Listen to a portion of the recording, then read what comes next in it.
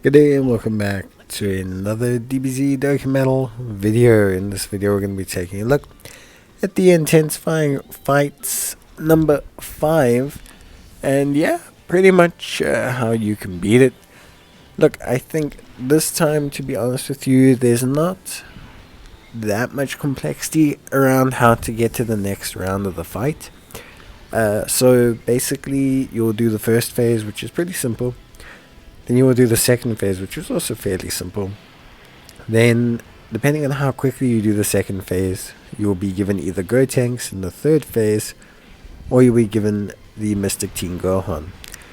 Now, according to the missions, your goal is to get Gotenks, which means you need to beat the event or the second phase of the event in 2 turns. So you need to beat Goku within 2 turns. If you can do that, then you'll be able to get Gotenks. If you can't do that, then you won't get Gotenks. So it's actually pretty simple. Honestly, comparative to some of the other requirements that we've needed to clear out the events and face the different enemies and everything, having one that's actually this simple has been actually really straightforward. It makes life a lot easier, to be entirely honest with you. So I think overall it's not been bad. I think it's been really, really good. And yeah, for me, I would say it was not too hard. Now the missions essentially encompass you using a power absorption category team. Then I think you also need to make sure that you obviously beat Gotenks. And then that's pretty much it. You can just beat the event otherwise. There's no restrictions on how can I say, there's no restrictions on items or anything like that.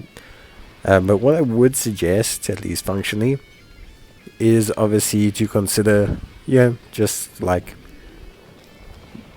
how you want to use your team and everything, because you can't use items. I think you can use support memories, but you can't use support items. But generally speaking, you don't need to. The enemies don't hit super duper hard here. I think the hardest that Gotenks hits, who's the hardest enemy in this fight, is around 350k or something like that. It's just not super duper hard. So honestly, at least by today's standards, I should say. So yeah, I think ultimately at the end of the day, you shouldn't have too big a deal. Now, in terms of the team build, so what we're using here is we are using a obviously power absorption team, but we're using a Majin Buu Saga power absorption team. So from my side, we're using the Int Fat Buu. The Int Fat Buu obviously great, lots of really useful stuff: the Ghost Usher ability, the revive, the tankiness, the healing, etc, all really, really good. Then we have the LR Physical Buuhan, obviously great as a unit. After his EZA, you've got the evasion, the healing, the guard, the defense building, the attack, the damage, the transformation, the interrupt, the sealing, everything that he does. Really, really good, especially alongside the Tech Buuhan, who we've taken as our friend lead.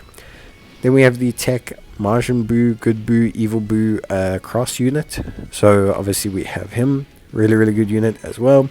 Super simple, super productive, obviously does a lot of great stuff. Very tanky when in a lineup with a Majin Power unit, can do some great damage when transformed into Super Buu. We're not going to see that, but he can do that. Obviously super duper accessible, really, really great.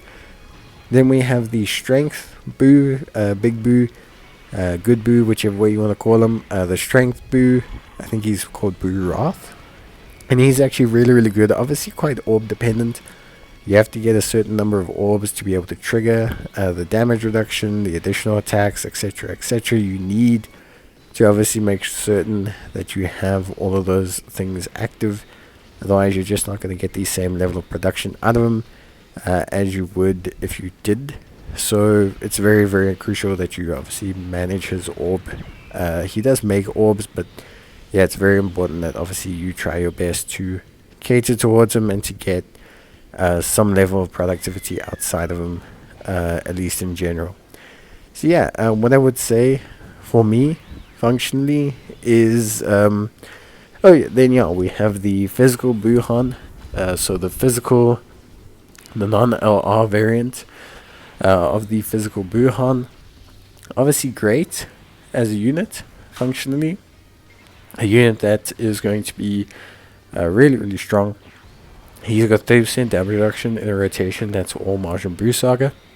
So that's something that's obviously incredibly useful, and makes him really, really useful.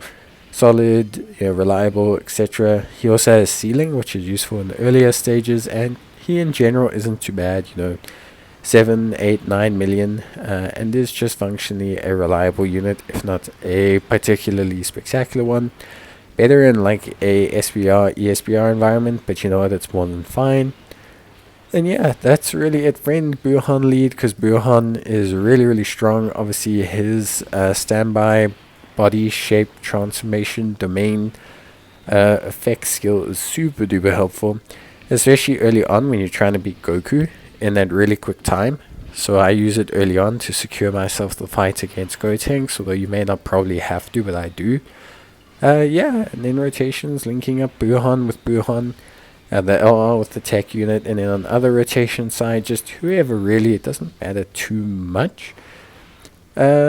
Yeah, power absorption, you can't use Kid Boos really. You could build a different team with like Android 21 and that. I just don't really see why you would.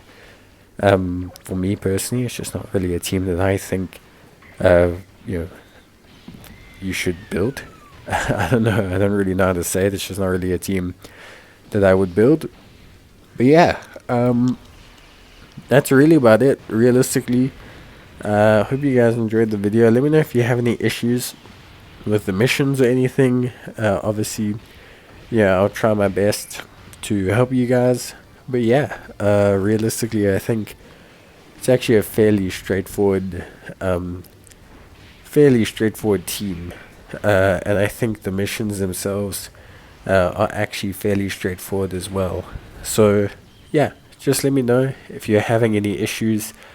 And yeah, I will see you guys in the next one. So until then, as always, take care, stay safe, and yeah, if you do need any help, let me know. Otherwise, I will see you guys in the next video. So till then, take care, stay safe, and as always, thanks for watching.